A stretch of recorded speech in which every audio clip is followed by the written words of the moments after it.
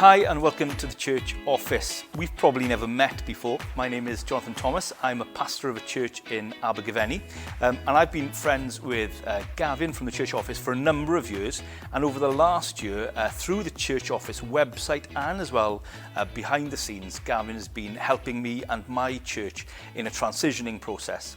And I thought, as we're coming to the 1 year anniversary of the church office, I would sit down with Gavin, find out what's been happening, why it's happening, and what we can all benefit from through the church office. So, Gavin, tell me, we're nearly 1 year into the church office. Yeah. How's the website going?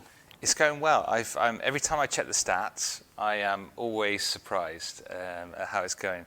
And what's lovely is that people are coming back to the website after they're using it. So I think we've had, in the first year, something like 5,500 people on the site, which for the first year just is amazing. I'm absolutely bowled over. I just think, wow, how has this happened?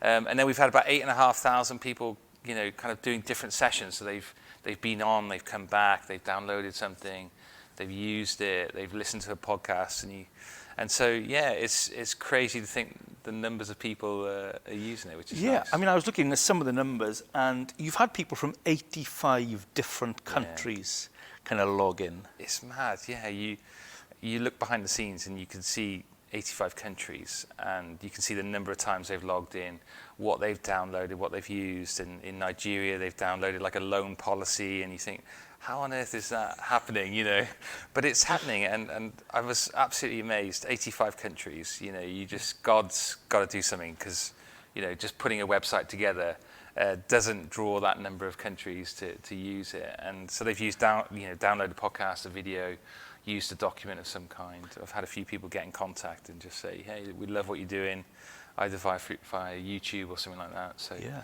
and I mean, the website's great for churches. Like myself, we've subscribed. I think there's over 200 churches have subscribed. I'm going on there regularly. I think one of the things I've downloaded the most, I keep going back to re-download it because I forget where I download it to, is job descriptions. Yeah, that's been really helpful for us. What kind of things have been downloading well? Yeah, it's interesting. The job descriptions thing has been the biggest thing. I think people, particularly in Welsh churches, have taken an interest in, what is a church administrator? It's not something like a classic role for a treasurer or a trustee or a deacon. And so they've been trying to look at different roles and what they do. We've covered things in there like youth and children's ministry, outreach workers, student workers. We try to think, right, what are all the different roles that churches employ, depending on their size. And we've tried to put together just a template job description that people can take and use, add things that work for their context, take out things that they think, we're never going to do it like this. And so that's been kind of one of the busier kind of sections of the website, definitely. And it's interesting, I remember an old boss of mine, he used to call administration administry. That was his kind of favourite thing. And the folk who worked in the office, they loved it because they felt valued. And I noticed one of your most popular podcasts was entitled Why I Love Church Administration. It's a kind of 30-minute podcast of me just saying, how much I love it and how important it is and how church leaders need to get somebody in this kind of role. And it's probably a bit of a rant, but it's kind of one of the early podcasts that we did on the site, just to kind of promote it, that there are actually people in our churches who are passionate about kind of organizing things and getting things going and getting things moving. And so it was a kind of a big publicity of, right, come on, let's find these people in these churches and pull them together and encourage them in kind of administration, and that is so valued and the church needs it to move forward. And what a joy it is to kind of serve in the background. And it highlights some of the things in that, just that when you're sat in the background of a church, you get to see things kind of on the front row.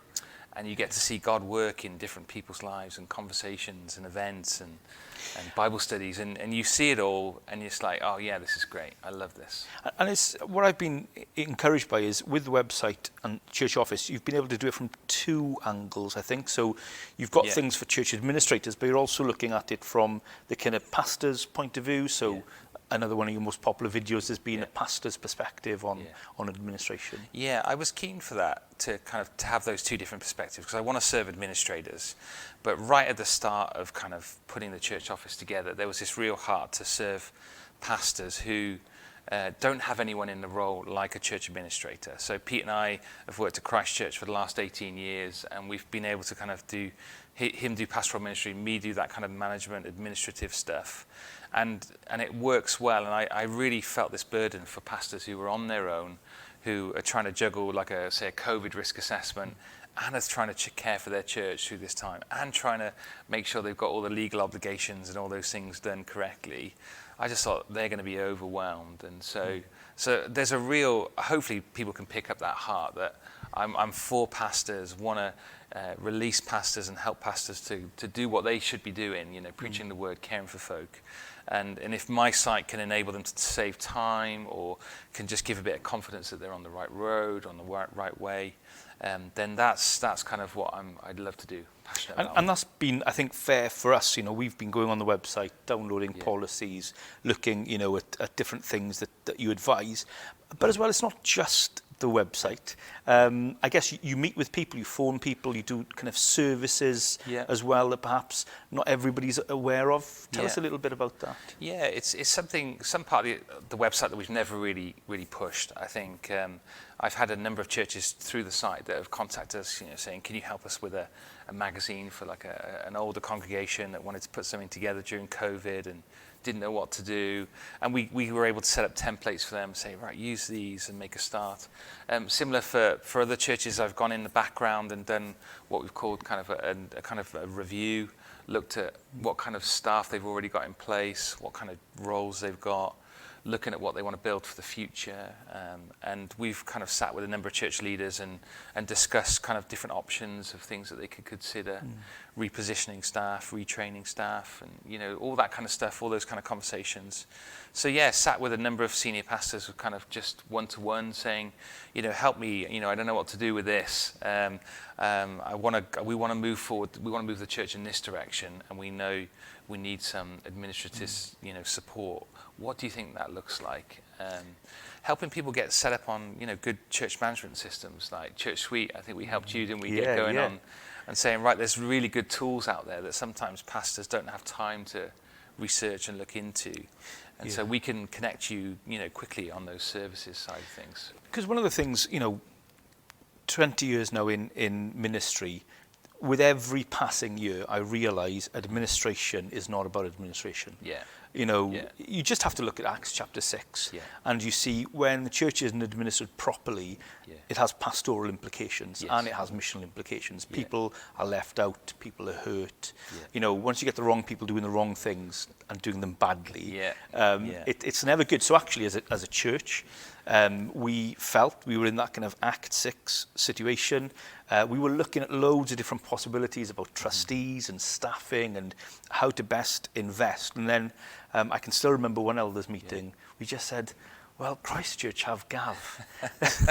Let's see if he'll come and have a look. And you came and helped us. You met with the elders. You did different things like that. Yeah, it was called a back office review in the services page. And you basically are just looking at the church behind the scenes. So I think I spoke to every elder, every trustee, spoke to Jonathan, asked them a whole range of questions about how they operate, how they function, how they make decisions, looking at their budgets, their finances.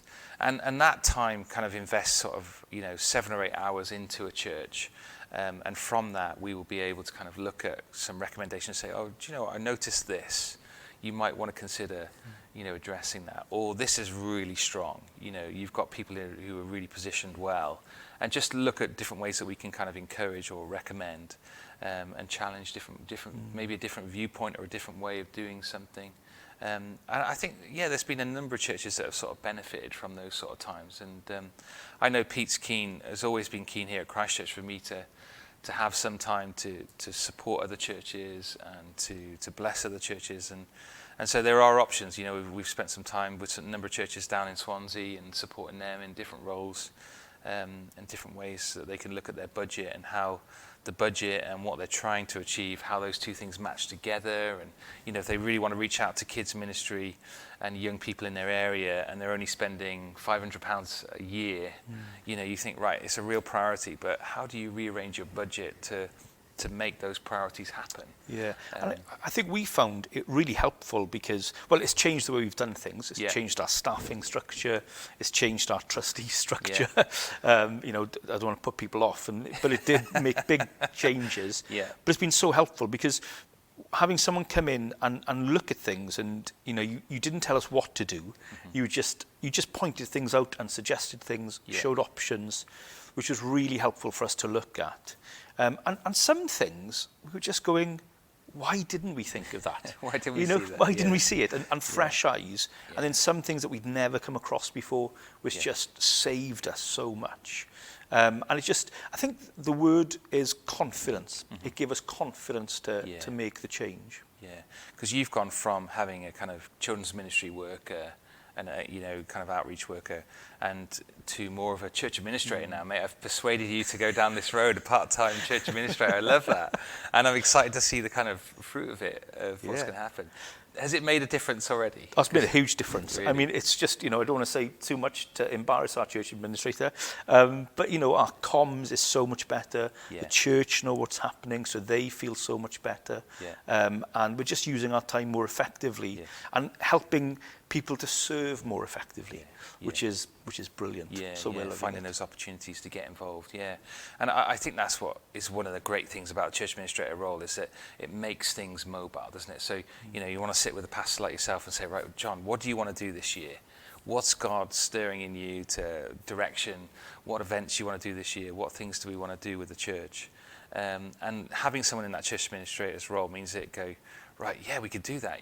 I'll organise that. All right, I've got the perfect person for this role, for that, and start to kind of move things forward. And I guess that's part of the joy of the role, mate. That's why I absolutely love it. We've all become convinced of it, which is brilliant. So what's the future? What, you know, you're 1 year in. To me, the stats seem pretty high. If you'd, I think a year ago when you said this was happening, I didn't think your stats would be that high, you know, because it's amazing. So, what are the thoughts for the future? I don't know. I mean, I just want to continue to kind of do more, put more on the site that, you know, that can support pastors, can support church administrators. I think I've kind of grown in sort of lots of different relationships with a number of churches, one in Liverpool, one in Bolton, some in London. So, you know, being able to connect and learn from other people that are out there as well that are doing similar roles to I am. I've been linking up with UCAN a bit and spoke at one of their conferences.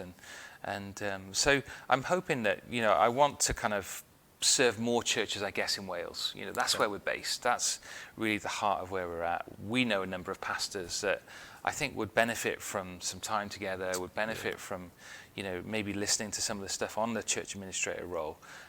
So I'd love to see it kind of promoted more widely.